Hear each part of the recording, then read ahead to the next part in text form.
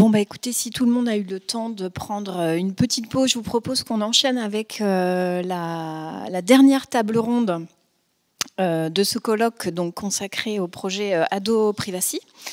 Donc merci pour l'invitation, Sophie, pour voilà, l'invitation à modérer cette table ronde, parce que je vous avoue que je découvre la finesse et l'étendue de ce projet, dont toutes ces stratifications et puis son tissu aussi territorial, parce qu'il y a vraiment un enjeu très très conséquent. Donc moi je suis très impressionnée, donc félicitations à tous. Je suis vraiment très heureuse aussi de pouvoir vous entendre exposer, parce que cette table ronde donc, qui va être le bout de l'arc, pour reprendre le terme évoqué par Arnaud Lémé tout à l'heure, le bout de l'arc consacré à l'articulation entre enquête et création dans les dispositifs voilà, pédagogiques, mais aussi cognitifs, et puis de réflexivité, puisque je pense que c'est un des ressorts importants.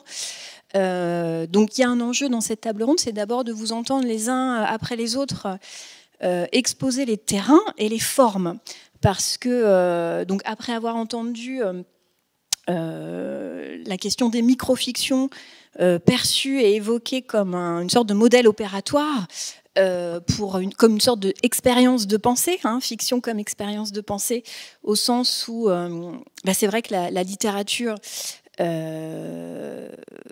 s'empare ou prend en charge des questions d'émotion et d'empathie et d'éthique que le droit ne peut prendre en charge, et c'est ce qui fait tout l'intérêt. Là, on va essayer d'envisager avec vous toutes les formes par lesquelles vous avez incité des jeunes à faire état d'une réflexivité. Alors, on va voir que à l'échelle de la table ronde, ça va être parfois sous forme de terrain, parfois dans une institution culturelle comme le bal, et puis on terminera par une perspective transversale, voilà, incarnée par Aline, et une question de philosophie esthétique qui peut traverser toutes ces questions de dispositifs de création communs à l'enquête.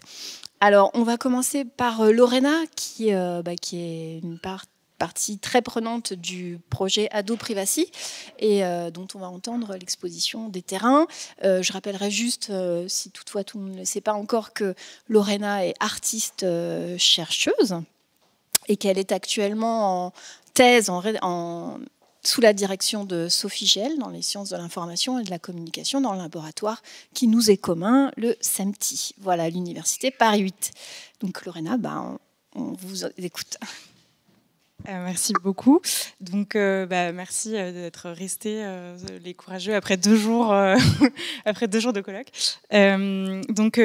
Moi, comme l'a dit Bérangère Voisin, je suis artiste, et donc c'est comme ça que j'ai pris part au projet Ado Privacy, donc en tant qu'artiste, et ensuite en co-rédigeant le chapitre du rapport Ado Privacy sur la partie enquête et création.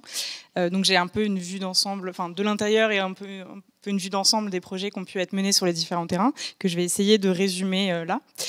Et donc voilà, comme ça a été dit, les jeunes ont été amenés à s'approprier en fait davantage les enjeux éthiques et juridiques qui avaient déjà été explorés en amont, comme on a vu tout à l'heure avec les microfictions. Et cette appropriation-là, elle s'est faite à travers la réalisation d'enquêtes et de productions originales qui ont été pensées en continuité, donc dans une démarche de recherche-action, recherche-création. Et donc ils étaient encadrés donc toujours par leurs enseignants et les différents chercheurs, mais également par des intervenants extérieurs, notamment Martin Pierre, qui est présent sur cette table ronde, qui a été mobilisé à Rieux-le-Pape, et moi-même, et normalement Ninon Lacroix devait être là sur cette table ronde, qui est elle photographe et qui a travaillé à Villejuif avec des jeunes. Et donc l'objectif de cette première étape de ce dispositif, donc le dispositif d'enquête, c'était de mettre les jeunes en situation eux-mêmes d'enquêteurs et de les amener à récolter, d'aller chercher, d'aller récolter des données et d'éprouver leur propre connaissance des principes juridiques au contact des situations qui étaient vécues par d'autres. Et donc cette étape, elle a été initiée la première année à Montesson et à Rieux-le-Pape, et elle a été poursuivie la seconde année donc toujours à Montesson, mais aussi à Villejuif et à Toulouse. Et donc, comment est-ce que ça s'est passé? Donc, les jeunes ont été amenés à définir en fait un thème de recherche à partir du travail des microfictions et à cerner les différentes problématiques qui pourraient justifier qu'il y ait véritablement un travail de recherche, un travail d'enquête. Et donc, ils ont dû également déterminer des profils de personnes à enquêter et la manière dont ils allaient approcher leur terrain. Donc, souvent des personnes qui étaient issues de leur cercle familial ou scolaire. Et ensuite, ils ont été accompagnés à la rédaction de guides d'entretien. Donc là, on a un extrait du guide d'entretien qui a été fait sur le terrain du lycée Saint-Cernin à Toulouse. Et donc, ensuite, ils se sont constitués en équipe de jeunes enquêteurs pour aller véritablement mener ces entretiens. Et donc, à la fin de leurs entretiens, il y a eu aussi également un temps de synthèse en classe où ils ont pu analyser ce qu'ils avaient récolté. Et donc, lors des entretiens, donc là, vous avez une vision d'ensemble un peu des terrains et des thèmes choisis, des types de méthodes qui ont été choisis sur les différents terrains et le nombre d'enquêtés et leur profil. Et donc, lors de ces entretiens, les jeunes ont été initiés aux méthodologies de la recherche, et notamment aux méthodes d'enregistrement des témoignages, de recueil des données, mais aussi aux dimensions éthiques, déontologiques et aux postures qu'ils allaient devoir adopter lors de l'entretien pour que celui-ci se passe de la meilleure manière possible, et comment est-ce qu'on fait parler les gens, comment est-ce qu'on écoute les gens, etc. Donc tout ça, c'est des choses qu'ils ont pu apprendre avec les chercheurs. Et donc, on va avoir l'occasion de revenir sur quelques terrains et donc sur certaines enquêtes qui ont été réalisées. Mais donc, ils ont quand même réalisé des témoignages, ils ont recueilli des témoignages qui sont quand même précieux, et notamment au sujet de conflits de droit qu'ils ont pu écouter, qu'ils ont pu recueillir. Et donc, ce que ce protocole nous a permis, dans un premier temps, d'observer, il nous semble que c'est déjà les manières dont les jeunes ont pu présenter et s'approprier le contenu des séances. Donc, comme je disais, on va revenir un peu sur ces détails-là. Mais on a pu se rendre compte de cette appropriation par plusieurs choses. À la fois avant les entretiens, donc au cours du choix du thème, des hypothèses et de la rédaction du guide, puisqu'ils ont vraiment construit ces éléments-là. Et au cours même des entretiens, en fonction des réactions qu'ils ont pu avoir en face des témoignages qu'ils ont reçus.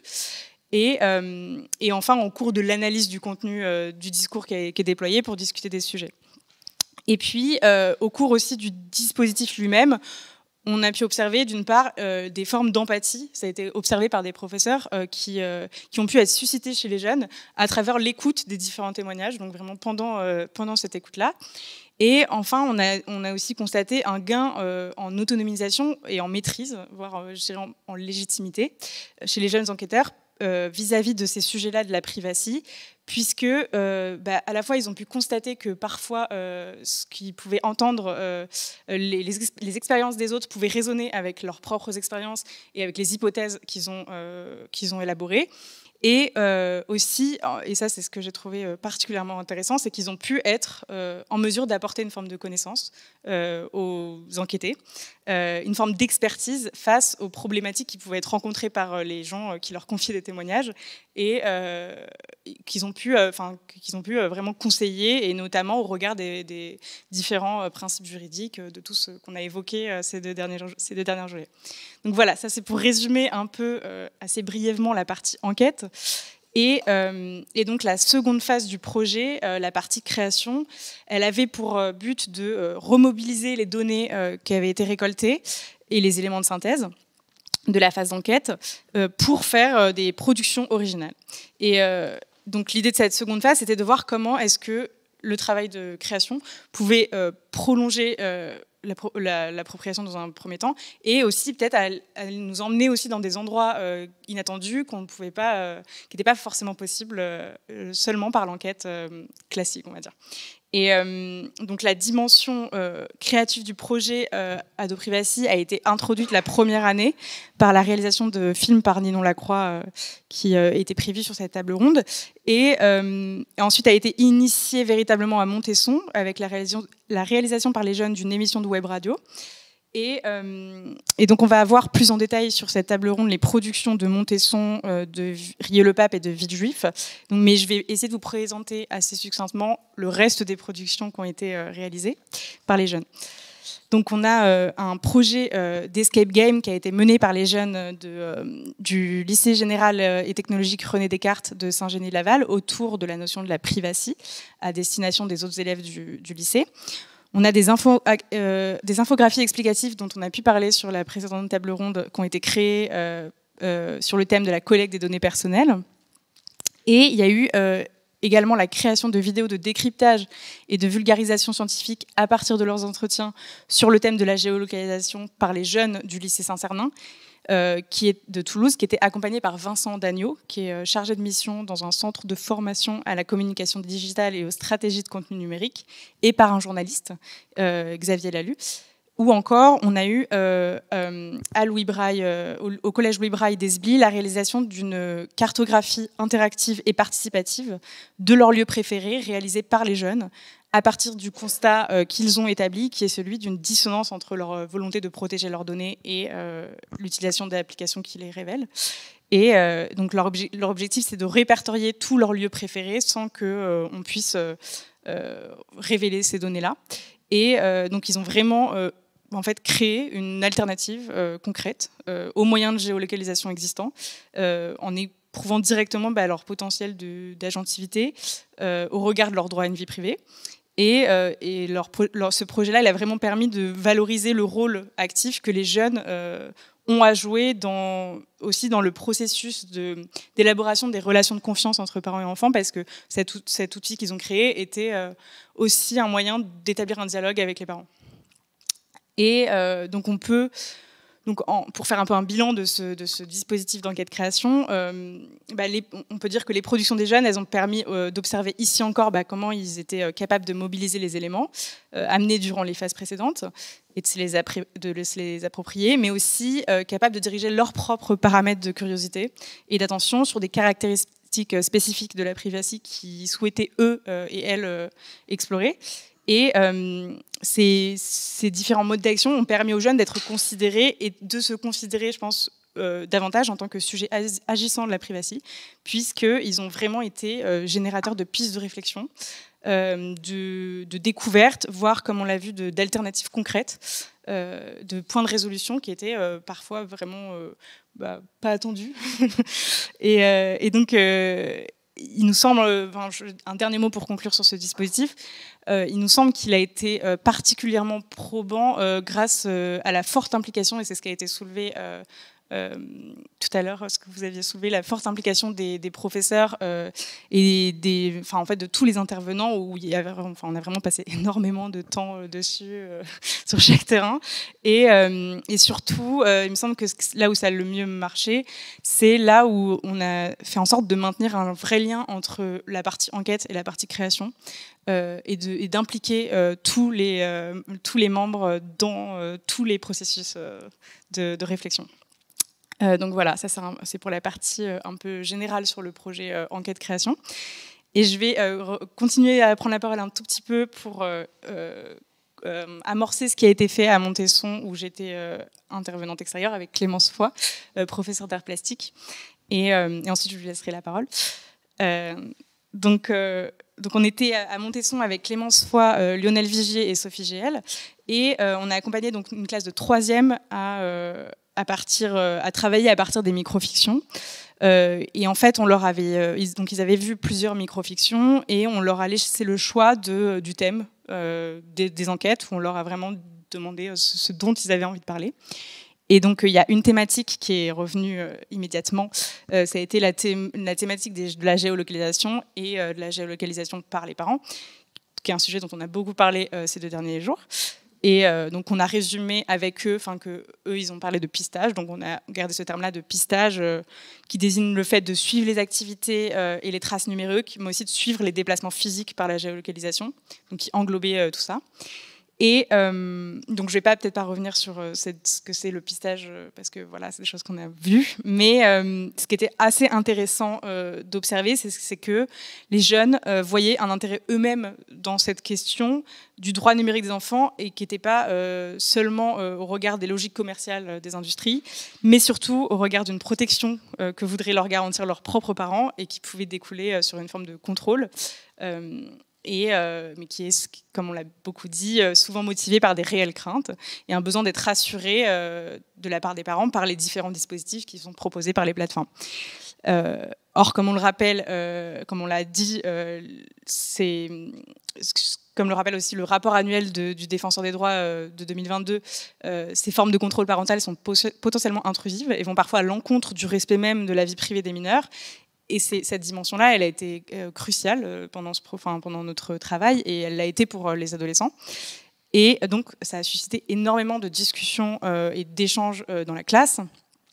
Et ça a soulevé plein de questions, et dont les questions que je vais vous citer, qui ont été vraiment abordées par les jeunes. Donc le droit des enfants à une vie privée qui pourrait être entravée par une surveillance constante, la question du caractère légitime ou non de l'inquiétude ressentie par les parents face à l'enjeu de la sécurité des enfants, mais aussi la légitimité du discours sécuritaire plus généralement, la question d'un processus d'autonomisation des enfants qui pourrait être freiné par cette surveillance, on l'a évoqué aussi, la question de la relation de confiance parent-enfant, et la question de la collecte des données personnelles par les industries à laquelle sont exposés les mineurs. Et donc le caractère complexe et ambivalent de la surveillance parentale a suscité chez les jeunes de Montesson l'intuition qu'il fallait interroger des profils d'enquêtés assez variés. Et donc, ils ont mené des entretiens auprès d'enfants, de jeunes adultes et de parents. Et donc, je ne vais pas faire la synthèse complète de leurs entretiens, mais en quelques mots, ils ont interrogé les rapports des enquêtés au dispositif de pistage, et notamment chez une jeune fille de 12 ans que des parents géolocalisent via son smartphone, mais aussi via un AirTag qui est placé directement sur son cartable, et qui dit d'un côté être géolocalisé c'est pratique parce que mes parents n'ont pas besoin de m'appeler toutes les 5 minutes, mais de l'autre c'est stressant, je me sens un peu envahie. Et donc les élèves on voit un peu que ça résonne très fortement avec tout ce qui a été dit, et les jeunes ont interrogé aussi la considération chez les enquêtés des différentes problématiques et les conséquences possibles de cette surveillance parentale accrue. Et on a pu observer que la question d'un effritement possible de la confiance, donc c'est un terme qui a été donné par un enquêté, et une dimension qui revenait dans les discours des personnes interviewées. Et ils ont également interrogé auprès d'un parent les représentations qu'il se faisait des droits des enfants, mais aussi des marges de discussion et de négociation possibles entre parents et enfants. Et donc je vais citer juste un témoignage qui est issu des entretiens réalisés par les jeunes. Il n'y a jamais de liberté totale à partir du moment où ce sont les parents qui finissent par décider. Mon enfant aurait pu me dire qu'il n'était pas d'accord, mais honnêtement, s'il n'avait pas été d'accord, j'aurais sans doute dit, dans ces cas-là, pas de téléphone. Donc voilà, ça c'est des extraits qui demanderaient, toute la matière qui a été récoltée par les jeunes demanderait à être encore plus analysée. Donc il y a beaucoup à dire dessus, mais là on va essayer de vous présenter en fait les 3 axes de travail sur lesquels on est parti avec Clémence Foy, pour travailler à des productions par les jeunes. Voilà. Merci Lorena, bonjour à tous. Alors en effet, on a vraiment travaillé en amont sur comment on amène les élèves à se réapproprier les entretiens dans un travail plastique. Pourquoi ? Parce que justement ces enquêtes, elles étaient très riches, elles étaient très denses et peut-être un peu trop larges au départ pour des élèves de 3e. Donc on a vraiment une nécessité à trouver des propositions de travail beaucoup plus ciblées. Et c'est passé par de nombreuses discussions en amont. On a vraiment observé ce qui ressortait dans les enquêtes, ce qui ressortait aussi dans les discussions autour des micro-fictions, pour synthétiser les idées qui étaient ressorties en 3 pistes de recherche, 3 incitations. J'insiste vraiment sur le mot incitation parce qu'en art plastique, c'est une habitude qu'on a dans le travail, dans le processus de création. C'est une situation problématique à laquelle on apporte justement une réponse plastique. Donc ces 3 incitations sur lesquelles on est parti, c'est d'abord la première sous cyberveillance. Alors on en a discuté avec les élèves. Là, ça représentait plutôt la partie émotionnelle du projet, justement, qui était bien expliquée avant. D'abord par le ressenti des enquêtés sur ce phénomène de pistage, l'angoisse et le stress que ça pouvait déployer, mais aussi l'empathie et la projection des élèves sur ces situations qui parfois étaient révoltés par les stratagèmes des parents. Il y a aussi cette idée d'expression des sentiments sur les réseaux. Pourquoi les élèves, les jeunes s'expriment sur les réseaux, pourquoi on les y encourage aussi, et comment les réseaux captent ces émotions et comment aussi ils s'en servent.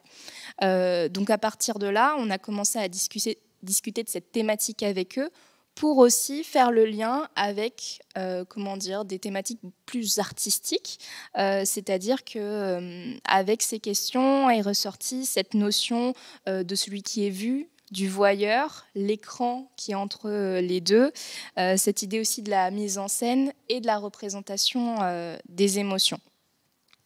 La deuxième incitation, c'était territoire privé. Donc là, c'était les questionner sur des espaces, entre l'espace réel, l'espace virtuel et la porosité qui existe entre les deux.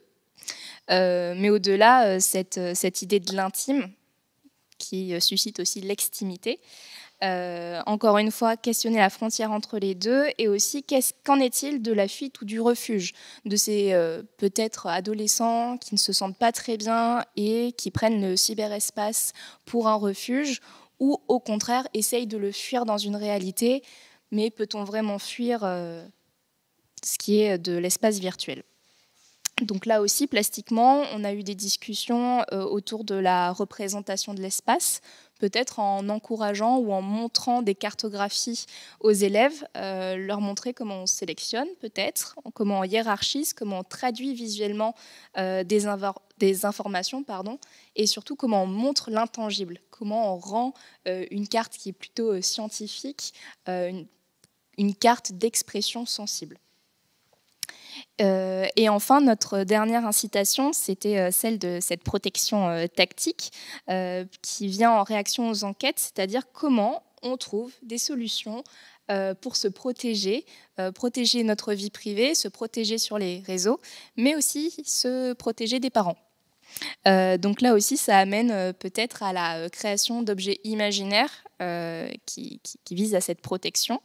Là aussi, on a fait des liens entre la création d'objets imaginaires, un peu à la Philippe Ramette, ou encore des interrogations qu'on avait eues plus tôt dans l'année sur cette idée de prothèse, de transhumanisme, ou en tout cas comment l'artiste a aussi pensé son rapport à cette société qui évolue.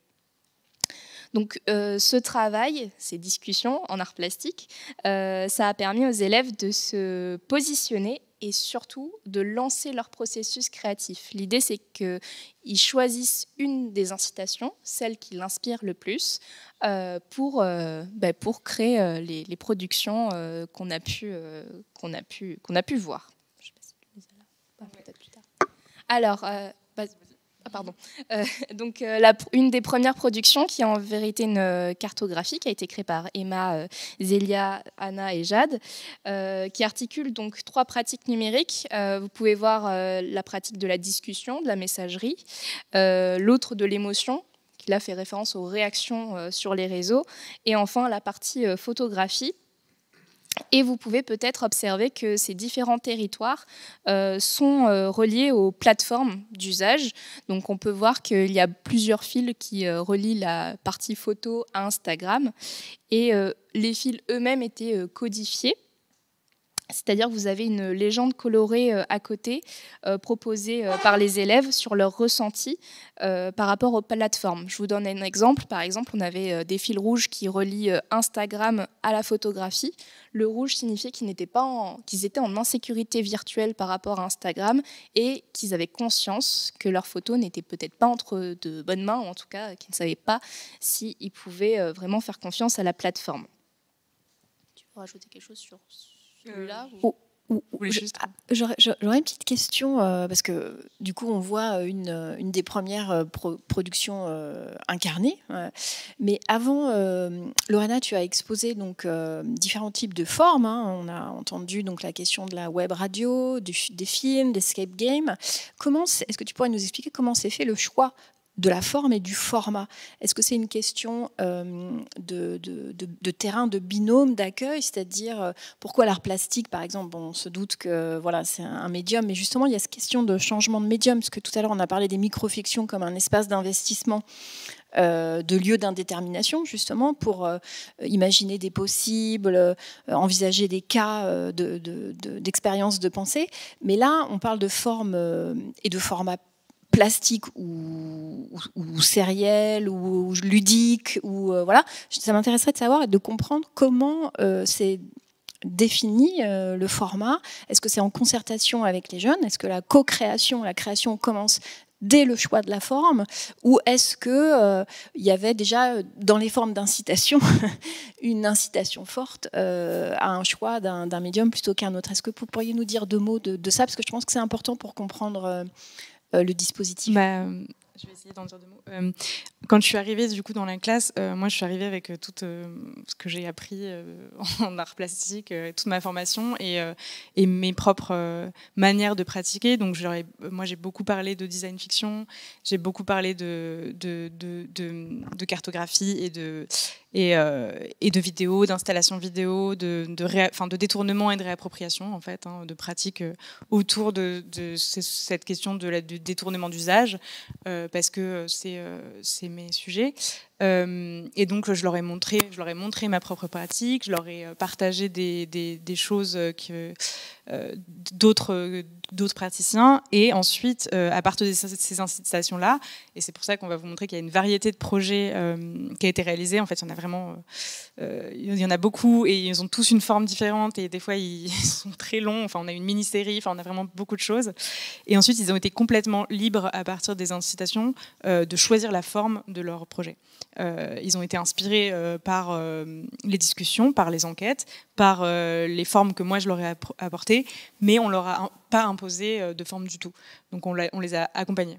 Donc Même, je tiens aussi à rajouter que bon, là, c'est peut-être une approche plus personnelle, mais c'est aussi la concrétisation de compétences qu'ils ont acquéries pendant tout un cycle, c'est-à-dire celui du collège, vu que c'est des élèves de 3e.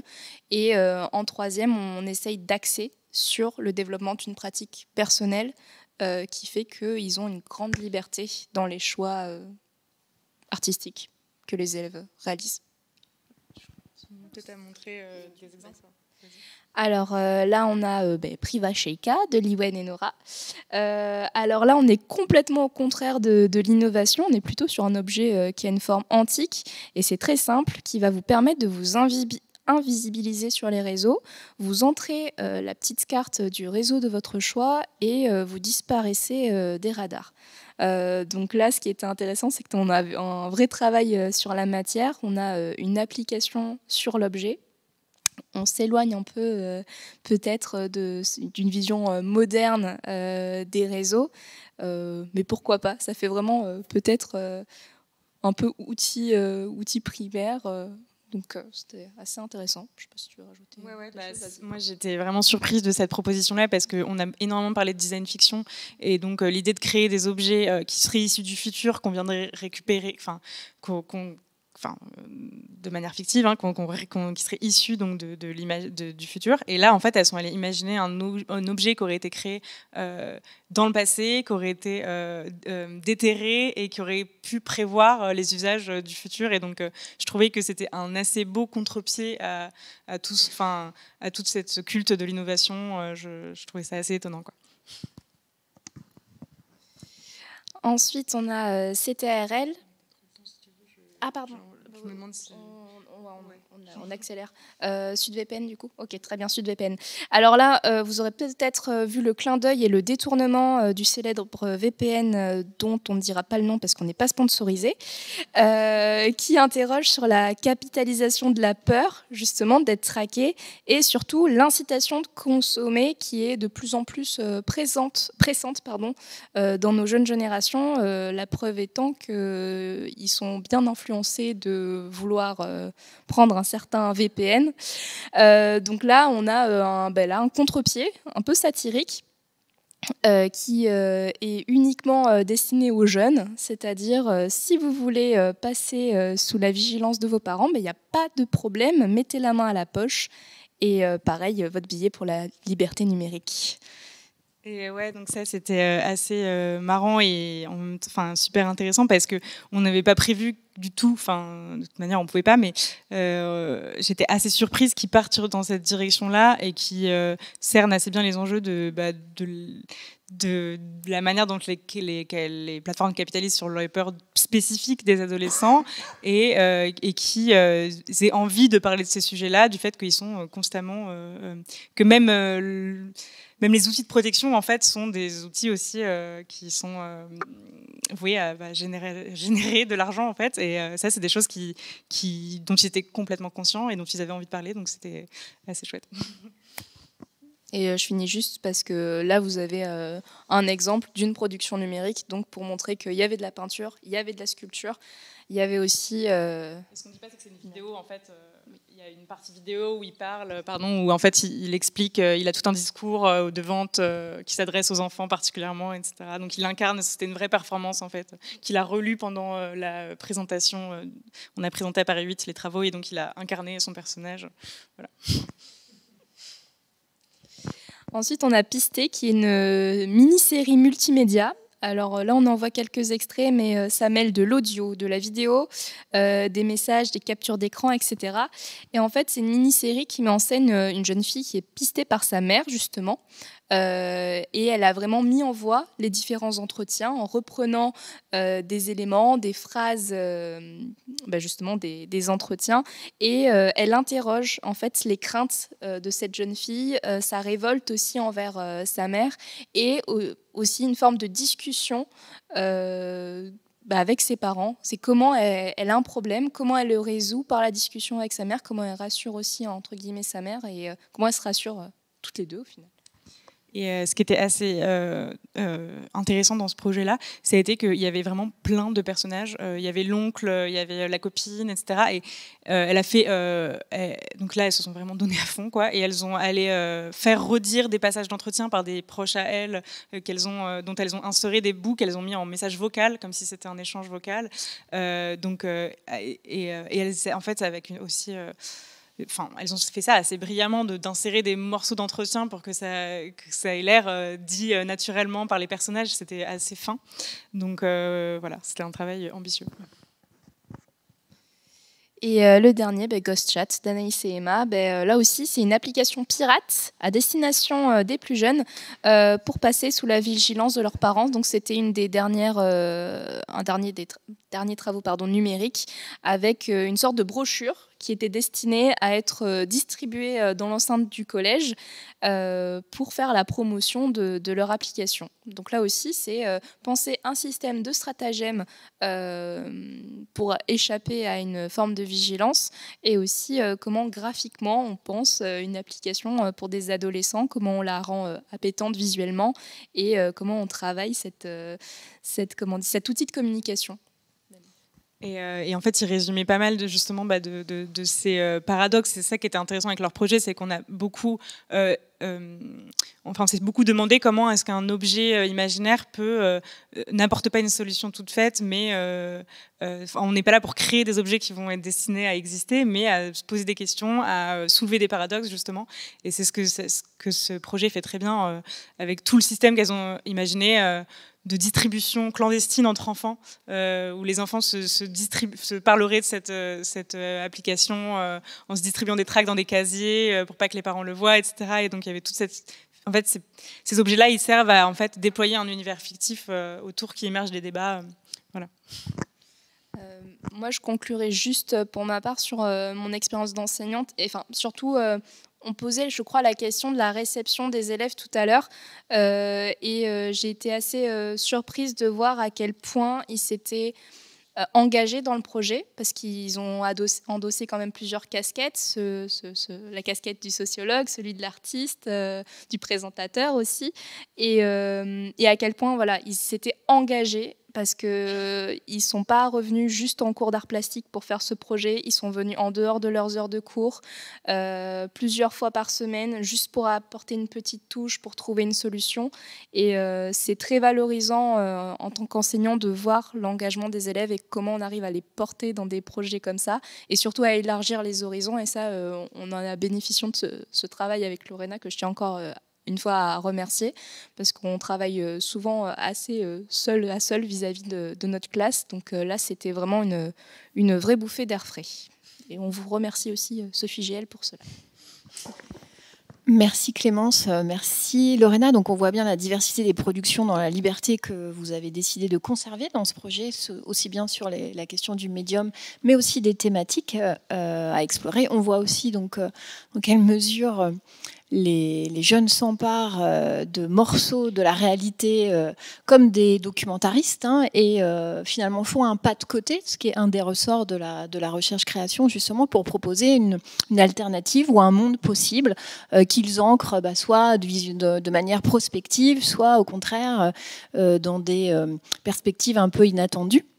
Donc moi je serais assez intéressée de vous entendre, sur le comment on accompagne justement ce geste créatif. On a compris la question de l'incitation, mais peut-être aussi à des étapes, je ne sais pas, d'achoppement, ou comment on fait mûrir une réflexion, aboutir pour que la forme soit complète, pour qu'on puisse la proposer, ensuite la partager à d'autres. Ça m'intéresserait. Et du coup, je vais passer la parole à Martin. Martin, donc, qui est formateur dans le domaine de l'éducation aux médias, journaliste aussi depuis 2008, je crois, donc à la radio, mais pas seulement. Et donc, vous avez participé de manière très active et très engagée aussi sur la question de ce projet Ado Privacy. Et donc, on aimerait vous entendre aussi pour savoir s'il y a des points de convergence. Est-ce que vous avez mené de manière similaire le travail auprès des jeunes ? Bonsoir, merci. Oui, donc moi je fais du journalisme et de l'éducation aux médias depuis une quinzaine d'années, donc je suis habitué à aller intervenir auprès de publics variés, divers, que ce soit du public élémentaire, collège, lycée, étudiants, adultes, seniors, tout ça m'intéresse. Et c'est Valentine qui me contacte, Favel Capoyan qui me contacte pour me demander une intervention là très pratique en fait, comme on me demande de manière régulière, venir dans un établissement scolaire ici. La structure scolaire Lamarck à Rieux-la-Pape, puisque moi je suis en région Aura, et pour de l'enregistrement de podcast. Donc différent d'une web radio, il n'y a pas de flux, on va pouvoir faire varier dans le format. Si on fait que 3 minutes, c'est pas grave. Si on fait 15 minutes, c'est pas grave non plus. C'est un peu plus souple. Et finalement, je découvre l'ampleur du phénomène et du sujet aujourd'hui. C'est-à-dire que oui, j'ai bien conscience d'avoir été sur le site d'Ado Privacy, de regarder un petit peu, mais moi, ma commande, c'est la réponse technique pour une équipe qui d'ailleurs va prendre en charge les choses. C'est la professeure documentaliste Mylène Pic de Rieux-la-Pape, c'est la prof de lettres et d'histoire géo, et c'est le prof d'atelier. Voilà, ça c'est mes interlocuteurs. Je ne vois plus le reste des chercheurs, et finalement, moi ça me convient très bien. En plus, ce qui me va aussi bien, c'est de pouvoir prendre ce recul sur cette expérience, parce que j'ai pas tout compris de l'implication de 2 années. Moi, je travaille que 8 heures. J'ai 8 heures d'intervention avec 8 élèves de CAP menuiserie qui vont donc mettre en voix les questionnaires qu'ils ont travaillés l'année précédente. La difficulté, c'est que les groupes sont un peu fluctuants. C'est des groupes quand même changeants avec un bagage culturel qui est parfois difficile. L'interview, c'est un vrai exercice. Donc ça veut dire que là, on va avoir quelque chose qui est assez cadré malgré tout, puisqu'on a une grille d'entretien quasiment, ce qui n'est pas du tout la même chose qu'une interview, on est d'accord. Mais par contre, on va faire avec. Pas grave. Et donc, je me retrouve à intervenir sur cet enregistrement de podcast sur une demi-journée. Par contre, Dans le travail avec l'équipe pédagogique du lycée, ils me demandent une intervention pour comprendre un petit peu le milieu des médias et du journalisme. Donc on a lié ça à l'éducation aux médias et à l'information. On n'a pas fait que la captation et la création d'un message informationnel.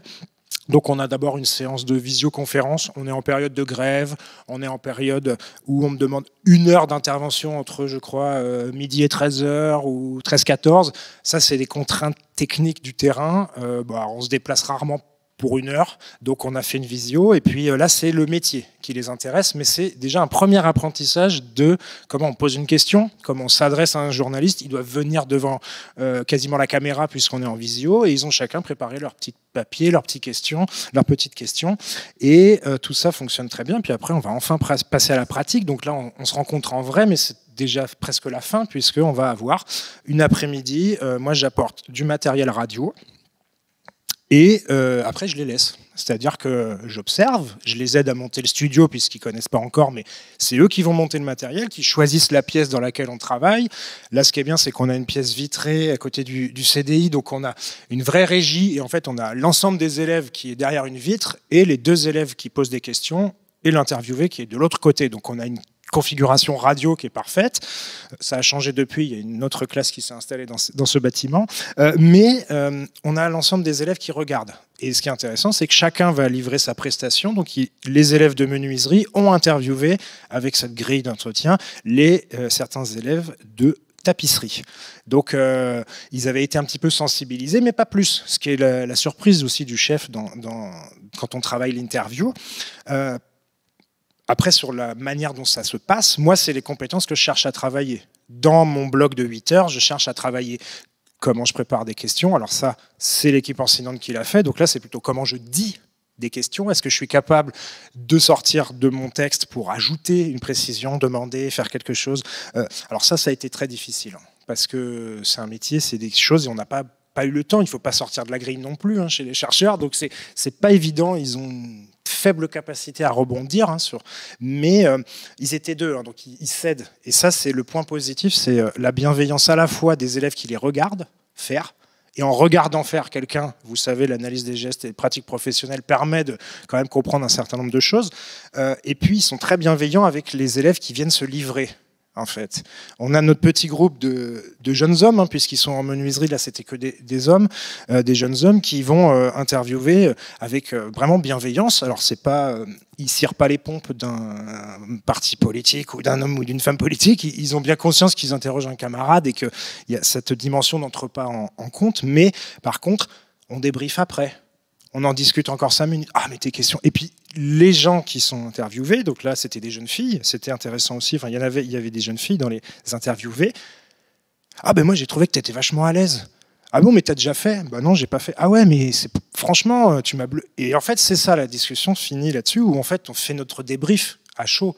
L'évaluation, moi, je la fais là, parce qu'après, je repars. Et je ne les revois pas, en fait. Je n'ai toujours pas écouté. J'ai dérushé juste pour savoir que c'était enregistrés dans les bonnes conditions, qui sont les leurs. Et après, ce n'est pas moi qui fais le montage, ce n'est pas moi qui mets en scène, qui habille, c'est eux qui ont choisi leur habillage, leur montage, mais moi, je n'ai pas vu ce qu'ils ont fait pour l'instant.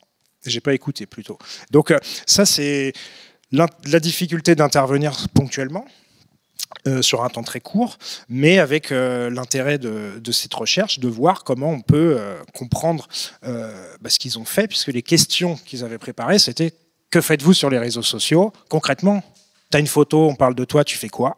Et donc là, on a des réponses qui nous apportent plein d'informations sur véritablement quelles sont leurs pratiques et leurs usages. Et ça, c'est ça qui est intéressant. Il n'y a pas besoin il faut leur poser les questions. Ils ont les réponses. Ils apportent des choses. Donc il faut leur laisser ce moment où on peut recueillir cette parole. Là, elle était très encadrée puisqu'on avait quand même des binômes, ils étaient 5, donc c'est à peu près entre 5 et 10 minutes, je pense, de PAD, prêt à diffuser, donc de finale, on va dire, ou de brut. Et donc, on enchaîne, en fait, les uns après les autres. On n'a pas vraiment le temps, mais par contre, il y a 3 personnels pédagogiques qui m'aident. On est avec le prof doc, le prof de lettres, le prof d'atelier, enfin, pour un groupe de 8, donc on est dans des super conditions. Mais voilà, moi je m'arrête là dans ma prestation. C'est eux qui ont fait le montage, c'est eux qui ont fait l'habillage. Et ça, en fait, ils ont découvert des compétences. Et moi, c'est les compétences que je mets en jeu quand je fais de l'éducation aux médias. C'est toute cette manière de pouvoir travailler l'oral, travailler la confiance en soi. Quand on parlait de la vie pro, eux, ils ont pris des exemples, ils avaient des questions sur alors ce que disait Valentine tout à l'heure, tu fais comment quand tu es chez le client pour... tu prends des photos de ta réalisation que tu partages, et donc en fait ils ont ces questions dans leur formation. Ils sont en train de faire leur stage, ils sont dans les premiers boulots, ils vont arriver. Donc ça a été vraiment mélangé, vie privée, vie professionnelle. Ça, c'était très intéressant pour eux, parce que là, ils comprenaient qu'il y avait une dimension. Ils ont travaillé avec leurs enseignants, mais ça devenait réalité aussi dans la bouche de ces gens de tapisserie qui avaient un autre point de vue, qui n'étaient pas impliqués dans Ado Privacy de la même manière. Et donc, on avait un peu des experts et des néophytes, mais en fait, ça a dialogué, quoi. Donc, je trouve que c'est intéressant. Puis pour finir, puisque je n'ai pas du tout de notion du temps, là, on retravaille en fait à Rieux-la-Pape. Moi, la prof doc m'a recontacté. Alors, ça ne sera plus dans le cadre d'Ado Privacy, mais c'est ça qui est formidable en fait. C'est que là, on va travailler sur les sons issus des ateliers de menuiserie et les émotions liées à ces sons, toujours dans cette classe de CAP. Donc, en fait, on plante des petites graines, on envoie des intervenants. Quand ça marche dans les équipes, ça se suit, puis ça vit tout seul, avec un petit peu de budget et du pass culture, et on s'en sort, quoi. Donc plus on va pouvoir voir cette alliance entre la recherche et puis la pratique avec des intervenants formés, hein, puisque moi j'ai rencontré Valentine au DU-EMI, et je pense que c'est important aussi que nous on soit formés en tant qu'intervenants spécialisés en EMI, mais voilà, formés sur des questions de la pédagogie, sur un certain nombre de choses. Merci Martin pour cette une phrase, parce que moi j'ai écouté les entretiens quand j'ai rédigé en partie le rapport, et juste pour dire un mot, il y a une bienveillance qui ressort des entretiens qui s'entend. Enfin, vraiment, c'était assez incroyable. On entendait, ils étaient extrêmement posés, extrêmement matures, extrêmement bienveillants dans la manière dont ils répondaient, dont ils parlaient d'eux. J'ai trouvé que les entretiens étaient beaux, quoi. Voilà. C'est eux qui ont travaillé, donc c'est leur entretien, c'est leur travail, c'est leur capacité. Après, c'est un petit groupe et 4 profs, quoi. Donc ils ont aussi la pression.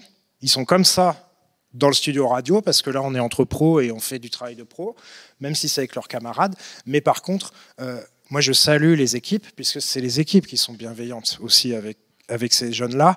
Et ça se ressent, et donc c'est tout un parcours, et c'est pas arrivé par hasard. On a des gens qui veulent travailler, qui savent monter des projets, qui savent faire venir des intervenants, qui savent que ça coûte, et donc qui trouvent des financements. Donc tout ça participe à la bonne réalisation de ces projets. Et je suis ravi. Je pourrais le dire à Mylène Pic, leur professeur documentaliste, qui a été aussi très fier. Et nous, on est très fiers quand on les voit faire. Très bien. Merci Martin. Moi, ce que j'entends dans votre intervention, c'est aussi vraiment un écho à ce qu'une des collaboratrices du projet disait tout à l'heure à la précédente table ronde, hein, que c'était Ado Privacy, c'est pas seulement un terrain de recherche, mais c'est un terrain d'expérimentation. Et là, on l'entend vraiment très bien dans votre bouche, Martin. D'une part, parce que les jeunes ont été en situation d'expérimenter, y compris sur un plan, voilà, comment je gère ces contraintes de temps, pratique, des choses qui peuvent m'impressionner, etc. Comment je négocie avec ça pour aboutir quand même à un résultat qui va être partagé par la suite. La preuve, c'est que on pourrait faire état du fait que ça a été partagé. Et donc, on comprend aussi la posture du formateur que vous êtes dans ce cadre-là, qui n'est pas du tout, là encore, dans une posture descendante, mais d'accompagnement, d'encouragement, de partage de commun de mon expérience à moi, journaliste, et comment je peux vous la transmettre dans un cadre dont on comprend aussi toutes les difficultés de temps, voilà, et peut-être de ne pas saisir tous les enjeux en amont ou en aval. Mais ça, je trouve que vraiment, ça résonne bien de votre participation aujourd'hui, de faire entendre toutes les manières, tous les petits ricochets finalement de ce projet qui vont parfois dans des niches comme ça pour quelques-uns, mais qui rebondissent sur d'autres. Donc, merci beaucoup. Alors, je crois qu'on va passer à une autre intervention. Là, en l'occurrence, au BAL, hein, qui est un lieu d'exposition et d'édition et d'éducation aux images contemporaines. Et Christine, donc, vous êtes cofondatrice du BAL, et puis à l'initiative aussi de la Fabrique de l'image, le dispositif donc, pédagogique dont vous allez nous parler maintenant, parce que je crois que ça va résonner beaucoup, que ce soit sur la question du geste de la création, du public auquel vous vous adressez également, des manières de collaborer avec différents types d'intervenants, les enseignants, mais peut-être d'autres aussi, dont vous allez pouvoir nous parler. Et puis comme ça, voilà, on va tricoter ensemble un maillage. Oui, Lorena ? Ah oui, Ninon. Peut-être on enchaîne du coup, comme je viens de faire la présentation, puis on reviendra après le travail de Ninon pour montrer la complémentarité des formes. Merci beaucoup. Je vais quand même rebondir sur ce qui a été dit et peut-être vous dire d'où je parle, ce qui vous permettra un éclairage un peu plus précis. Donc le BAL, c'est une association, loi 1901. Notre président fondateur, c'est Raymond Depardon, photographe, cinéaste.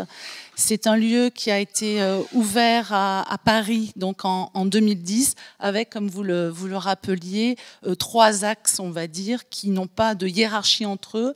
Le domaine des expositions, on organise 3 expositions par an. Le domaine de réflexion, colloques, séminaires, éditions. Et puis le domaine justement plus pédagogique. Et tout ce qui fédère ces 3 pôles, c'est la volonté du BAL d'inscrire résolument les arts visuels dans une réflexion sur nos sociétés.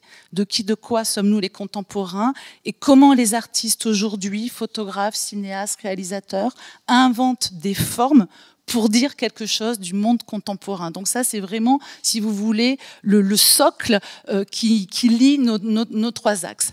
Il se trouve que lorsqu'on a créé le BAL en 2010, on s'est dit que de par ce projet entre esthétique et politique, l'homme parmi les hommes, l'homme dans la cité, et comment engager une réflexion par les images, de manière plastique, visuelle, forte, on s'est dit que c'était un lieu qui ne devait pas uniquement s'adresser à des amateurs de photographie, d'art contemporain, mais notre projet devait aussi s'inscrire dans un contexte et auprès des jeunes. Et donc 2 ans avant l'ouverture au public du BAL, on a créé la Fabrique du regard, qui est donc le pôle pédagogique du BAL.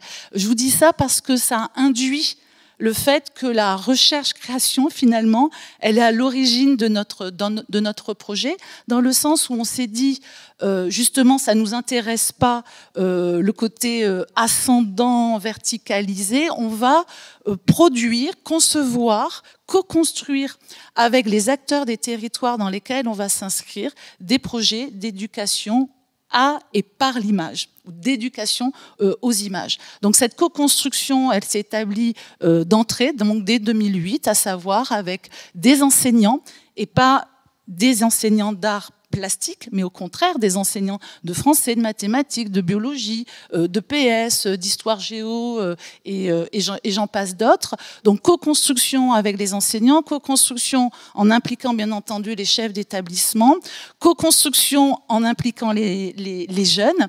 Et dans le cadre de nos projets, ça va rebondir avec ce que vous disiez tout à l'heure, c'est que l'important, c'est, je crois, le temps long pour que les effets structurants des projets que l'on cherche à mener sur le terrain y ait des effets chez les jeunes, mais également chez les adultes référents. Donc, généralement, nous, on travaille sur la durée sur 3 années avec des établissements scolaires, avec également des maisons de quartier, des bibliothèques, différents acteurs d'un même territoire. Et on va justement construire soit des parcours thématiques sur une thématique, peut-être pour rebondir sur des sujets liés à ce qui a été dit cet après-midi. On va travailler par exemple sur la croyance en l'image comme preuve, point d'interrogation, voir et être vu, l'image pour exister. Donc on va parler bien entendu la représentation de soi au sein des réseaux sociaux, mais pas uniquement, parce qu'il s'agit aussi d'inscrire une réflexion auprès des jeunes, avec les jeunes historiques aussi, et pas uniquement d'être saisis par le présentisme journalisme qui est quand même aujourd'hui, on va dire, une vague qu'on pourrait interroger. Donc tout ça s'inscrit quand même dans une histoire avec des acteurs qui ont changé, avec des circuits économiques qui ont changé. Quels sont-ils? Pourquoi? Comment ça se passe? Et donc avec les jeunes, on va leur permettre de vivre en fait une expérience collective. Ça aussi, c'est important dans le sens où ils sont souvent seuls face à leurs difficultés, face à leur expérience de leur téléphone portable, même si derrière ce téléphone, il y a le monde entier, mais ils peuvent être souvent seuls. Et notre idée, c'est justement de les amener à vivre du collectif, du commun, pour ensemble justement réfléchir sur des sujets de société au travers de l'image, au travers de leur appétence envers l'image. Et effectivement, on rejoint tout ce que vous avez dit, c'est-à-dire que faire l'expérience de l'altérité, tout d'un coup, ça permet de se déplacer, ça permet aussi peut-être de préciser son vocabulaire, de chercher les mots justes, d'essayer de partager des éléments. Donc on a toute une phase dans nos projets, quels qu'ils soient, du voir. Donc ouvrir grand les fenêtres de l'imagination, parce que bien souvent on projette chez les jeunes le fait qu'ils sont jeunes, alors forcément ils ont un imaginaire, ils ont plein d'idées, mais souvent leur imaginaire est quand même très bridé, je trouve, et en 15 ans, j'ai pas l'impression que ça se soit ouvert.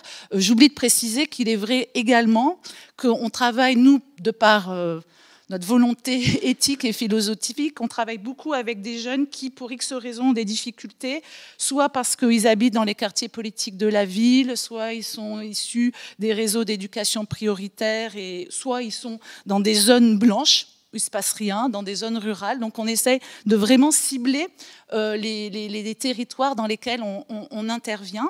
Et puis l'autre chose aussi importante peut-être à dire pour aller plutôt dans le sujet d'aujourd'hui, c'est que fort donc de cette aventure collective en images, où on analyse, on décrit, on déconstruit, les jeunes vont vivre une expérience créative avec un artiste invité, que ce soit un photographe, un cinéaste, un vidéaste. Pour vous donner l'ordre d'idée, c'est de 15 heures à 60 heures d'atelier sur la durée, qui peut être sur une durée de workshop, sur une année.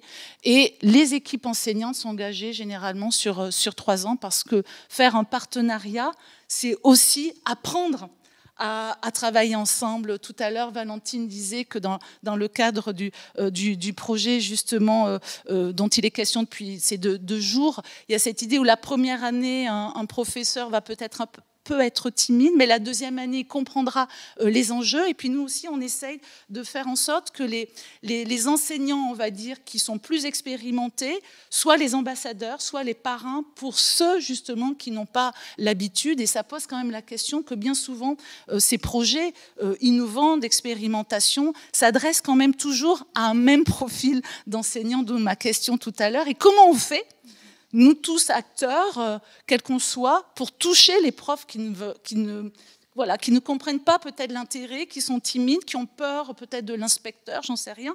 Mais en tout cas, il y a comment on arrive aujourd'hui à mobiliser ces profs qui sont vraiment, qui sont hors d'être identifiés, que ce soit peut-être par le Clémy, par les DAC des rectorats. En tout cas, on voit bien qu'il y a toujours un peu le même profil d'enseignants. Donc ça, c'est vraiment un sujet important. Et puis l'autre enjeu peut-être qui me semble important, c'est justement d'amener les jeunes, et vous en parliez, à faire cette expérience sur la durée.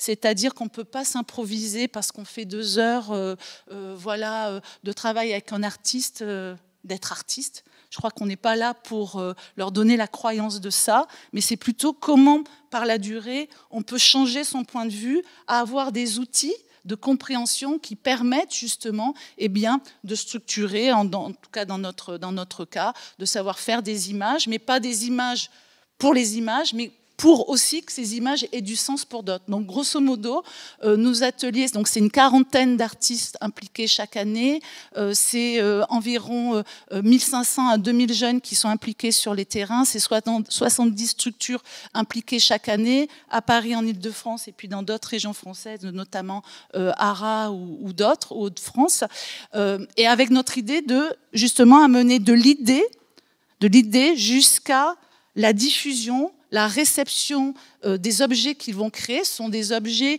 qui ont une visée assez professionnelle. Certains de ces films se sont retrouvés dans des festivals de cinéma. D'autres sont utilisés comme outils pédagogiques par d'autres structures d'éducation populaire ou de l'éducation nationale. Donc il y a vraiment cette idée d'aller jusqu'au bout d'un projet jusqu'à sa phase finale, avec depuis cette année un festival au BAL qui s'appelle justement le Festival de création, où les jeunes prennent la parole, et c'est là aussi on mesure leur capacité ou leur difficulté à s'approprier un projet, être capable justement de s'adresser à des tiers. Et puis je finirai par le fait que, poussé par les demandes du terrain, des enseignants, des jeunes, parce qu'on fait beaucoup, on demande aux jeunes de s'auto-évaluer sur nos programmes, parce qu'en fait on considère que les jeunes, c'est notre comité scientifique à la Fabrique du Regard pour modifier nos projets, pour aller plus loin,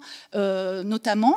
Et donc, en 2013, au moment où on commençait à parler de l'école et du numérique, on a réfléchi avec des jeunes d'un lycée professionnel à concevoir une plateforme numérique d'éducation à l'image. Et les jeunes ont été impliqués pendant 3 ans, de la phase prototypale jusqu'à la version finale. C'est une plateforme aujourd'hui qui s'appelle Ercilia, qui est proposée en accès direct, mais également par le GAR, donc dans les médiacentres des établissements scolaires qui en sont dotés, et puis également par l'UMNI Enseignement. Et dans cette plateforme, il s'agit justement à la fois d'être une plateforme de ressources, une plateforme de création et une plateforme de formation et de mutualisation, avec l'enjeu pour nous, et ça rejoint aussi comment on rend les jeunes, non pas des exécutants, mais des jeunes conscients des outils numériques, des potentialités de ces outils, des potentialités des images, donc passer de consommateurs à créateurs, voire en tout cas d'avoir un regard qui n'est pas uniquement, comme vous le disiez, sur la défensive, mais au contraire le fait de savoir se jouer tout en ayant conscience effectivement des écueils et des dangers. Et dans cette plateforme numérique, très tôt, donc quand on l'a lancée en 2016, on s'est dit il faut que les jeunes ils aient les mêmes capacités sur cette plateforme que les adultes référents. Et c'est là aussi que c'est intéressant, c'est-à-dire que quand on donne alors le pouvoir créatif, je ne sais pas comment on pourrait l'appeler, les possibilités aux jeunes, ils peuvent s'en saisir comme ils peuvent ne pas du tout s'en saisir, mais nos observations ont montré, parce qu'on a travaillé avec des sociologues sur les usages, que notamment les jeunes en lycée professionnel qui ont vraiment une peur, pour certains d'entre eux, on ne va pas généraliser, envers l'écrit, étaient capables sur Ercilia d'aller consulter du contenu qui avaient été mises à leur disposition, mais qui n'étaient pas pensées pour eux. Donc ça, c'est aussi intéressant de comment, justement, par des pratiques de sérendipité, d'apprentissage par rebond, le fait de pouvoir consulter, mais aussi de pouvoir créer du contenu, on arrive justement peut-être à faire bouger les lignes au niveau des capacités, des compétences, des appétences aussi, et que les jeunes se découvrent, vous en parliez, tout d'un coup, un nouvel horizon, de nouvelles centres de curiosité. Et ça, je crois que c'est le principe, certes, de la recherche-action, mais aussi de tous les projets EMI, EAC, éducation artistique et culturelle, qui travaillent sur le temps long. Au sein d'Ercilia, il s'agit effectivement d'essayer de faire vivre aux jeunes une expérience sensible des images par une navigation assez particulière, assez, il me semble, toujours assez innovante. Donc aussi leur apprendre à naviguer sur un site. Pour beaucoup d'enseignants, c'est presque un outil pédagogique sur cet enjeu-là. Et puis d'autre part, bien entendu, c'est leur permettre, tout en travaillant sur des questions d'intelligence artificielle, on parlait de bulles numériques, avatars, beaucoup de jeunes s'intéressent aussi aux Instagrammeurs, comment on déconstruit justement le versant, le hors-champ de tous ces contextes économiques. Donc bien entendu, il s'agit de parler de ça, mais pas seulement, de parler de tout type d'images. Et je voulais juste, pour conclure et passer la parole à Aline, dire également qu'il s'agit pour nous au sein de cette plateforme, donc c'est vraiment l'entrée par les images, tout type d'images, aussi de les amener à découvrir des sites universitaires, des sites de recherche autour de l'image qui sont aussi faits pour eux.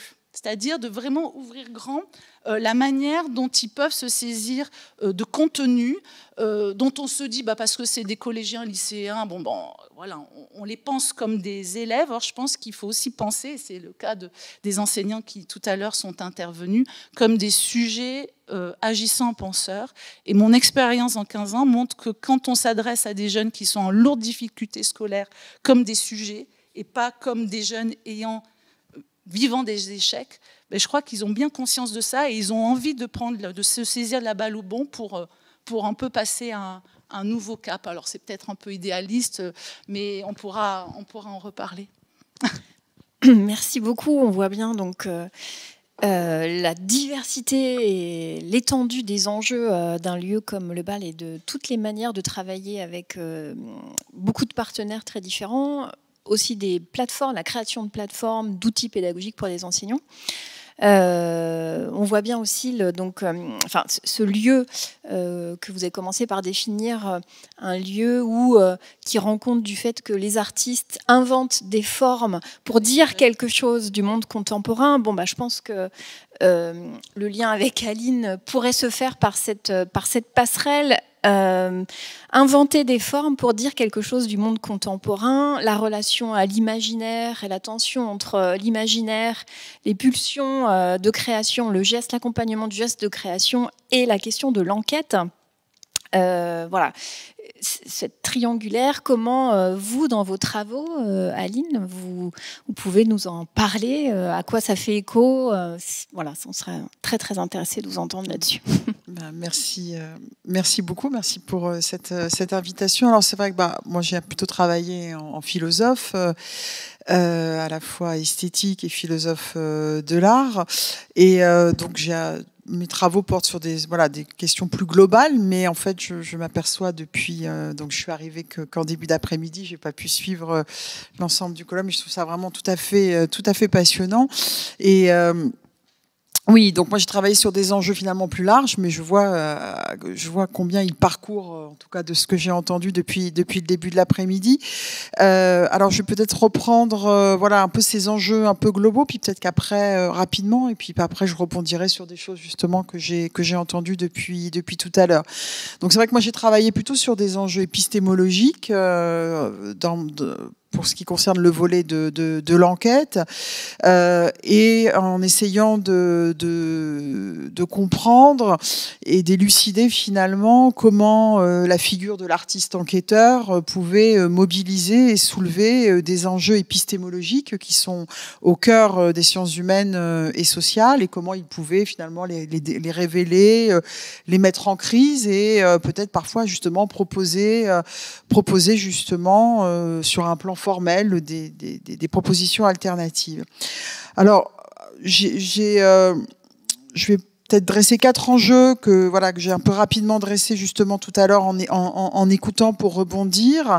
Il y en a plein d'autres, mais en tout cas, c'est peut-être ces enjeux qui pourraient vous intéresser plus particulièrement. Un des enjeux dans la figure de l'artiste enquêteur, c'est effectivement la question de l'épreuve du savoir, d'éprouver le savoir-faire, et notamment aussi de l'épreuve de l'apprentissage. Parce que finalement, quand un artiste vient dans un domaine où il n'est pas attendu, invité, et pour lesquels il n'a pas forcément les compétences préalables, il doit faire lui-même l'épreuve de l'apprentissage par rapport aux chercheurs et aux spécialistes du domaine.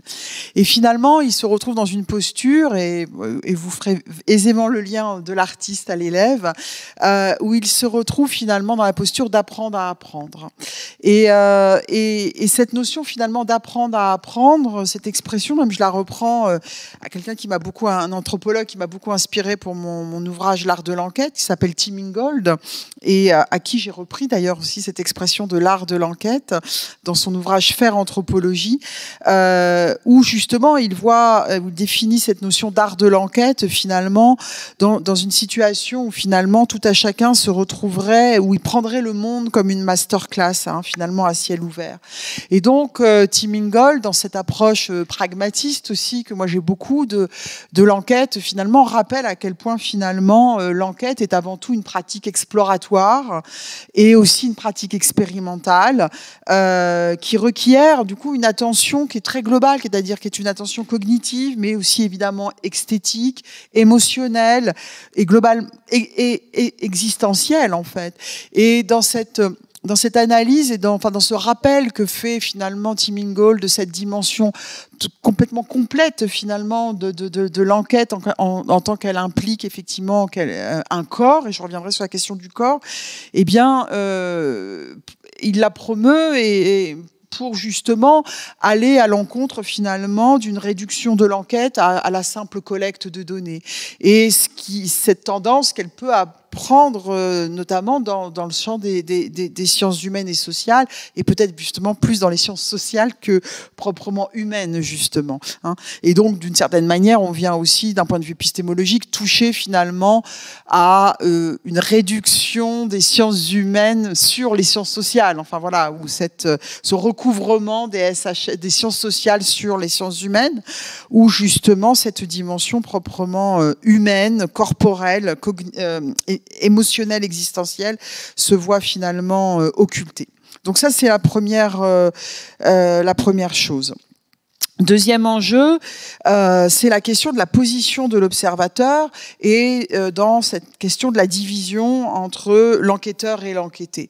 Et donc là, bien sûr, il y a évidemment un enjeu au sein des pratiques artistiques de l'enquête de résoudre ou en tout cas de bouleverser en fait cette partition entre enquêteur et enquêté.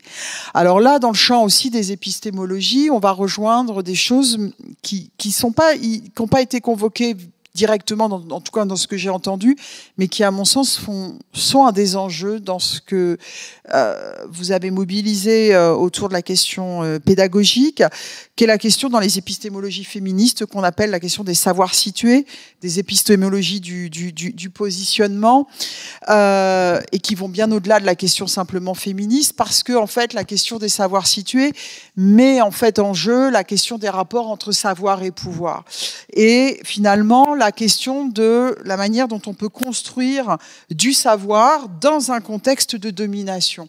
Et là, je pense, et vous serez sûrement d'accord avec moi pour dire que évidemment la question de la technologie numérique est précisément une situation effectivement de domination, puisque il est bien ici question, et l'enjeu est bien ici de savoir comment précisément on peut avoir prise, et donc avoir prise sur cette technologie et sur ce dispositif qui est un dispositif de pouvoir et de contrôle.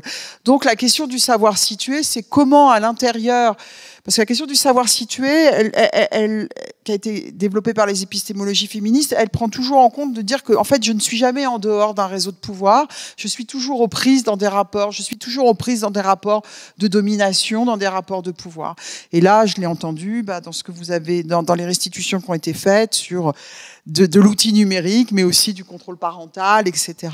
Et donc, c'est comment je produis un savoir à l'intérieur de ça, et sans m'extraire finalement, ou faire comme si finalement cette question des rapports de domination, elle était en dehors ou étrangère à la question du savoir. Troisième axe, sur lequel j'ai beaucoup travaillé et qui a été développé aussi, que j'ai entendu résonner cet après-midi, c'est mettre donc le sujet de l'enquête dans une situation propice en fait à l'agentivité et à l'empowerment. Donc ça c'est le point qui découle du précédent par rapport à la question de la prise en compte des rapports de domination et des rapports de pouvoir, et puis la possibilité de l'empowerment et de comment du coup je réintroduis de la maîtrise là où il y a de l'assujettissement.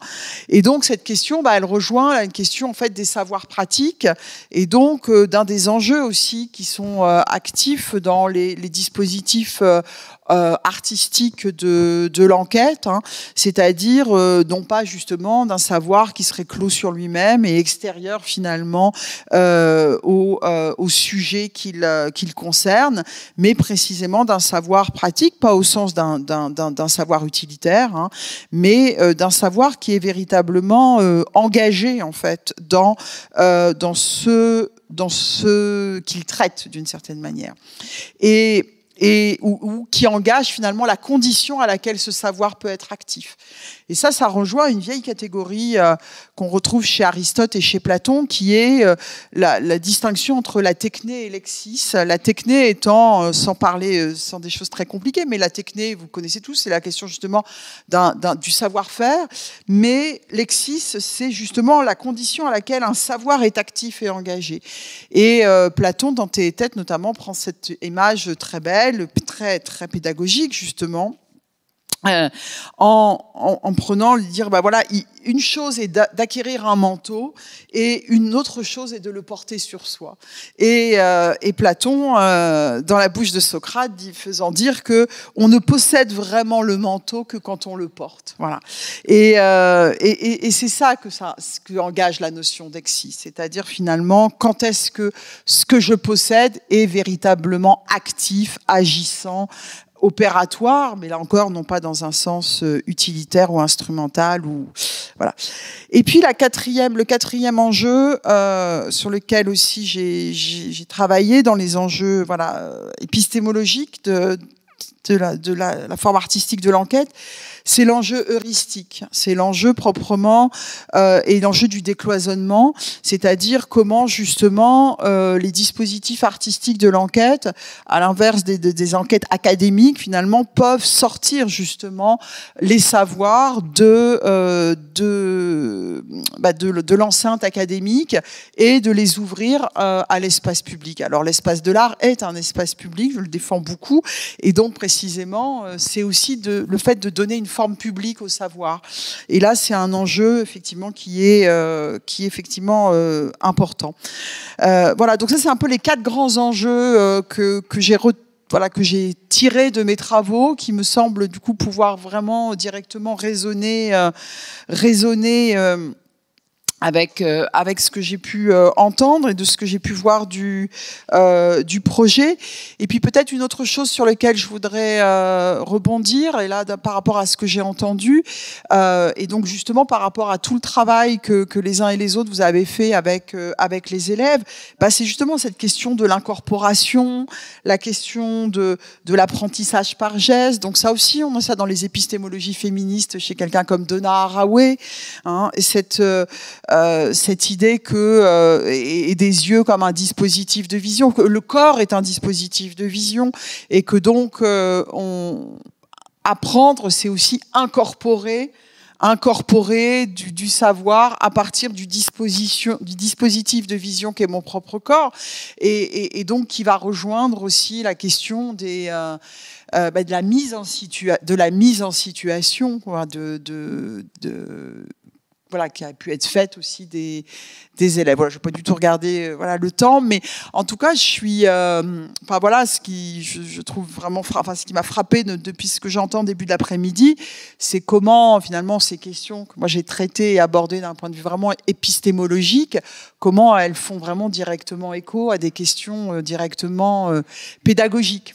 Et peut-être pour terminer, ce qui n'est finalement, je suis en train de penser, peut-être pas si surprenant, parce que moi je travaille beaucoup finalement sur cette dimension pragmatiste de l'enquête, et qui fait que l'enquête est avant tout finalement une enquête sociale, et qui donc est décloisonnée entre le monde académique, qui est une forme finalement très ouverte et poreuse entre le reportage, le journalisme, l'enquête académique ou l'art, et qui a été promue par John Dewey notamment, et qui est aussi dans son autre versant très connu bien sûr aussi pour son souci qu'il avait de la pédagogie, et donc et toute la dimension finalement heuristique et de cette enquête sociale, parce que peut-être aussi, dernière chose aussi, c'est que John Dewey, dans son approche pragmatiste, dit, qu'est-ce que c'est qu'une enquête ? L'enquête, elle est là pour résoudre un problème social. Et là aussi, je pense que ça fait aussi directement écho à ce que ce projet de Ado Privacy a mis en œuvre, en fait. Voilà.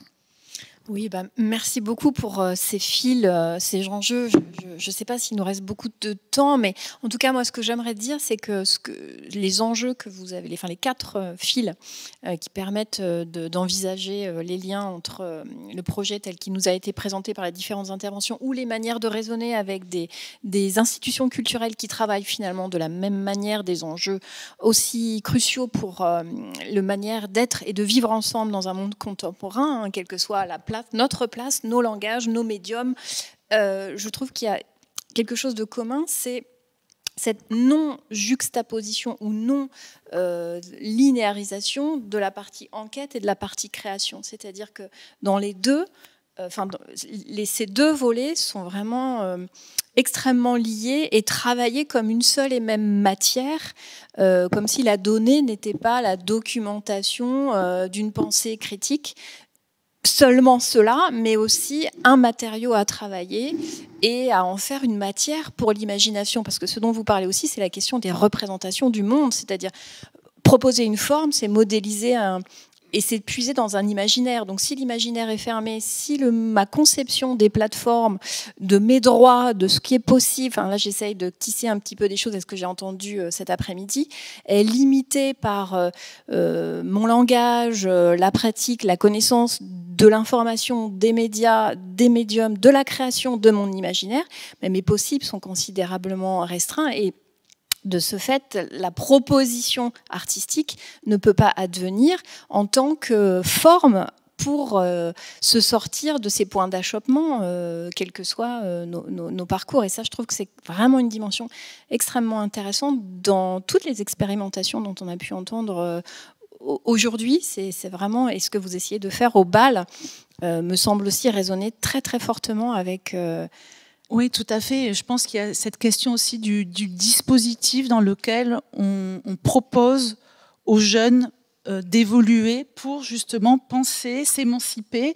Tout à l'heure, monsieur disait justement comment on arrive aujourd'hui à proposer aux enseignants, mais aussi aux élèves, une expérience où chacun soit acteur et pas uniquement à intégrer des données, des connaissances, des savoirs qui sont extérieurs à soi. Aline, tu parlais de ça aussi, je suis très touchée sur ce que tu dis sur incorporer en fait. Apprendre, c'est incorporer.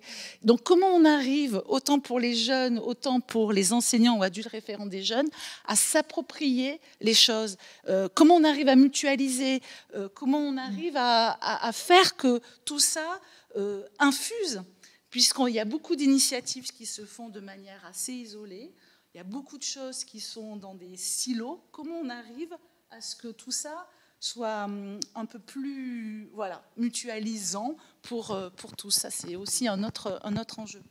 Et juste si je peux me permettre de juste revenir sur ce que vous disiez une minute, et peut-être après, s'il reste 3 minutes, présenter le travail de Ninon, parce que... Je me tourne vers Sophie. Peut-être, en tout cas, tout sera, le travail de Ninon sera mis en ligne. Bien sûr, mais en tout cas, elle a réalisé un très beau travail photographique sur la question des avatars, où juste elle a amené les élèves à faire plusieurs portraits photographiques d'eux-mêmes en revenant sur leurs entretiens. Mais tout ça rejoint... j'aimais beaucoup quand vous parliez du corps, parce que pendant nos ateliers, le corps, les élèves, ils ont vraiment incarné des personnages, ils se sont pris en photo, ils se sont pris en photo sous plein d'angles différents. Ils ont fait des enquêtes où ils ont vraiment senti, dans l'espace, ce que ça voulait dire en faisant des très grandes cartes. C'était assez beau de les prendre en photo même pendant qu'ils faisaient ces enquêtes-là et de voir qu'est-ce que ça construisait comme dynamique, de voir vraiment leur corps, quoi. Et voilà, du coup, je voulais juste... Donc, Ado Privacy, un terrain de recherche, un terrain d'expérimentation et un terrain d'expérience. Je pense que Dewey ne serait pas cette proposition. Mais du coup, je vais passer, en vous remerciant très chaleureusement. Voilà. Et puis, peut-être laisser la parole à Sophie qui... Ouais, la conclusion d'ensemble. Prends ma place, Sophie. Je vais me mettre là. Mets-toi là. Non, tu vas... Ok.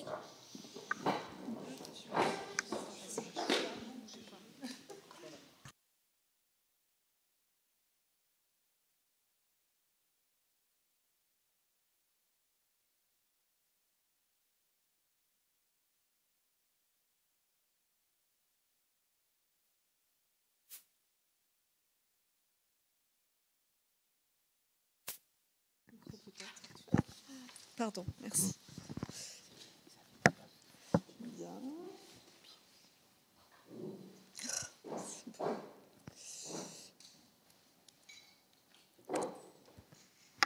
Est-ce qu'il veut bien se brancher?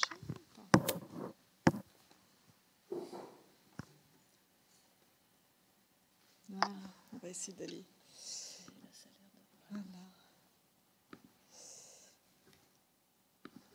Voilà, donc je vais vous prendre encore quelques minutes pour conclure ce colloque qui a réuni voilà, un grand nombre d'intervenants. Et je suis vraiment extrêmement reconnaissante à vous tous et vous toutes d'avoir participé, donc remerciements évidemment à l'ensemble des intervenants, que ce soit les professionnels du numérique que nous avons réussi à faire venir et qui avaient un point de vue important à nous donner quant à la manière dont ils envisagent la régulation du numérique dont nous dépendons tous. Les professionnels de la régulation, la CNIL, l'ARCOM notamment, les professionnels de la médiation comme vous l'êtes au BAL, et puis les chercheurs invités dont l'apport nous permet aussi à la fois de nous ressourcer, mais en même temps de tisser des liens qui vont être qu'on souhaiterait prolonger. Mes grands remerciements à l'ensemble des collègues de l'équipe Adoprivacy. Vous avez compris à quel point toutes ces réalisations et ce grand projet sur 2 ans a demandé de temps, d'investissement, d'implication. Donc à la fois pour les collègues de l'équipe et puis pour l'ensemble des enseignants partenaires, évidemment, qui étaient essentiels. Et je suis heureuse d'avoir entendu que ils avaient ressenti eux aussi la manière dont le dispositif qu'on leur proposait leur permettait une montée en compétences, puisque c'est l'enjeu. Évidemment, le remerciement aux défenseurs des droits et à l'INGEP qui ont financé ce projet de recherche. Donc ce projet de recherche nous a permis d'articuler les recherches sur les plateformes, sur les pratiques des jeunes, qui restent un vrai enjeu et dont on a vu qu'elles évoluaient aussi. L'importance qu'il ne faut pas oublier quand on parle des jeunes, et vous l'avez rappelé notamment à propos du BAL, c'est l'importance des inégalités numériques, et le fait que la faiblesse aujourd'hui de la formation en droit, notamment des enseignants, renforcer l'ampleur des inégalités sociales, des vulnérabilités de genre, puisque les filles et les garçons ne sont pas dans la même situation sur les plateformes numériques, les précarités, et puis un point que nous avons peu développé dans notre recherche, mais qui est évidemment très important, à savoir les fragilités psychologiques qui ne sont pas les mêmes face à ces dispositifs numériques. Complexité du droit, donc articuler ces questions-là avec la complexité du droit, mais aussi l'aide que le droit peut apporter, notamment dans la prise de conscience des enjeux collectifs et non pas individualistes de la protection de la vie privée. L'articuler à la régulation des plateformes et aussi à cette évolution très forte vers une autorégulation. Et puis articuler aussi, c'est l'originalité de notre projet, c'était de l'articuler à une innovation pédagogique qui passait à la fois par des dispositifs, des scénarios pédagogiques co-construits et puis une place importante liée à l'enquête. Le colloque me semble apporter des éléments intéressants qu'on pourra retrouver donc sur la chaîne YouTube de la MSH et aussi, particulièrement là, sur l'articulation entre éducation et régulation des plateformes numériques. Il n'y a pas d'éducation possible en fait sans régulation publique des espaces, que ce soit des espaces médiatiques et en particulier des espaces numériques. Or, ce dont nous avons eu simplement la confirmation aujourd'hui, c'est que la régulation était elle-même en pleine redéfinition, même si le web n'a jamais été un espace sans droit, mais les formes que prend cette régulation sont nouvelles et on voit bien comment les différentes instances qui en sont chargées sont amenées aujourd'hui, en tout cas, à tâtonner, en espérant évidemment que les choses vont avancer, mais avec beaucoup d'incertitudes dans l'articulation entre des règlements européens comme le DSA et puis les lois nationales. La majorité numérique qui nous intéresse parce qu'elle vise en particulier la protection des mineurs et qui en fait sont des lois nationales contestées à la fois par les plateformes systémiques et par des mises en garde de la Commission européenne au nom de l'harmonisation. Et donc du coup la question de quelle régulation au niveau national reste tout à fait ouvert et incertain, et donc ça va se mettre en place, mais cela va prendre encore du temps. Voilà, cette gouvernance multiniveau, donc ça ce sont des remarques que me faisait Laurence Calandry, avec qui j'ai beaucoup travaillé sur cette dimension juridique. Cette gouvernance multiniveau, elle est en voie de maturation, elle n'est pas claire jusqu'à présent. On parle de la protection des mineurs, des droits des mineurs, mais toute la question liée à la vérification de l'âge n'avance pas depuis une dizaine d'années. Peut-être faudra-t-il se résoudre à ce qu'elle n'avance pas, parce que cela met en cause un certain nombre d'autres droits fondamentaux et que c'est très compliqué apparemment pour l'instant en tout cas, à mettre en œuvre. Donc la place majeure, c'est le choix qui a été fait au niveau européen, la place majeure de l'autorégulation, et donc des nouvelles normes comme celle que Yubo a présentée, mais qui implique aussi d'autres grandes plateformes, puisque Meta en était partenaire avec l'AFNOR, donc c'est eux qui vont poser les règles de la protection des mineurs.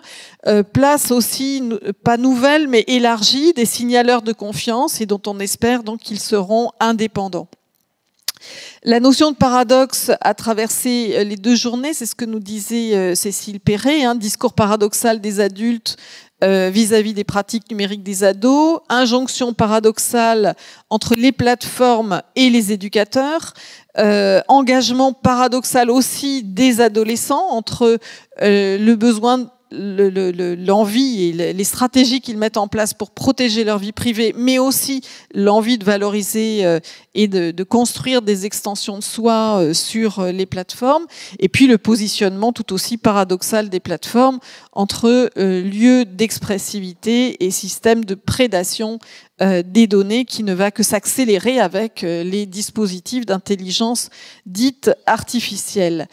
Ce que nous a appris aussi le projet, c'est l'apport de la recherche pour dynamiser ou développer d'autres formes de pédagogie de la privacy, plutôt par l'empathie, avec l'accueil des expériences des jeunes, dont nous avons pu démontrer que c'était un moyen de construire des formes d'appropriation qui, sur des pratiques, parce que c'est pas tous les domaines de l'éducation ne concernent pas à ce point-là une pratique qui est une pratique personnelle de développement de son identité, et donc c'est pour cela qu'il paraît absolument important de développer de nouvelles, en tout cas des formes de pédagogie un peu alternatives par rapport à la transmission des savoirs ordinaires, donc avec une entrée par l'éthique, c'est-à-dire un questionnement sur la responsabilité et les différents niveaux de responsabilité. Donc nous avions proposé de travailler à partir de microfiction, c'est-à-dire de scénarios ouverts que chaque enseignant pouvait adapter à sa discipline, à ses enjeux, à ses compétences, et mettre les jeunes en action, donc par l'enquête-création, en tant que technique d'empowerment, effectivement, nous pouvons reprendre ce terme-là, oui, et d'ouverture aussi sur l'espace public, mais d'une autre manière que celle qui est formatée par les réseaux sociaux et leurs impératifs. Alors juste quelques recommandations que l'on peut tirer et perspectives pour la recherche universitaire que l'on peut tirer de ce colloque. C'est d'abord rappeler, comme l'a dit l'ARCOM, on va s'appuyer sur eux, le rôle clé de la recherche comme un moyen de faire avancer la régulation des plateformes. Encore faut-il donner les moyens à la recherche aussi et la valoriser dans ces échanges justement autour de ces questions. Valoriser la recherche sur les usages du numérique par les jeunes et leurs expériences des recours sur les interfaces. Et puis, sans doute, construire, grâce à un réseau de chercheurs, des formes de mobilisation, mais chercheurs et espaces de travail sur les pratiques. Donc c'est chercheurs peut-être au sens large aussi, de tous ceux qui veulent entrer dans des dynamiques de recherche. Mobilisation autour d'actions collectives pour suivre les modalités du signalement, les réponses qui sont faites, suivre l'impact des pratiques intrusives des plateformes sur les jeunes, suivre les pratiques de récupération des données personnelles par les différentes formes de gamification des différentes plateformes, suivre les pratiques et les fonctionnalités de géolocalisation qui sont des outils de surveillance extrêmement préoccupants pour l'autonomisation en particulier des adolescents. Et nous aurons d'autres recommandations plus fines et plus précises, mais la recommandation qui me venait suite à ces 2 journées de travail et de réflexion collective, c'était l'importance, une recommandation au pouvoir public, de préserver la place de la recherche publique dans la formation des enseignants, dans la recherche sur les usages des plateformes numériques aussi, et dans l'analyse des dispositifs numériques. Donc, qui me semblait moins, en tout cas, c'est quelque chose qu'il me semble important de rappeler. Renforcer aussi, parce que c'est apparu dans tous les entretiens que nous avons eus avec les enseignants, renforcer les temps de formation des enseignants en matière de droit numérique et de droits des jeunes, c'est-à-dire des droits à l'expression, des droits les droits culturels qui sont reconnus aussi au niveau international, et ne pas se focaliser sur des interdits qui portent sur les jeunes ou des sanctions qui portent sur les jeunes et leurs parents,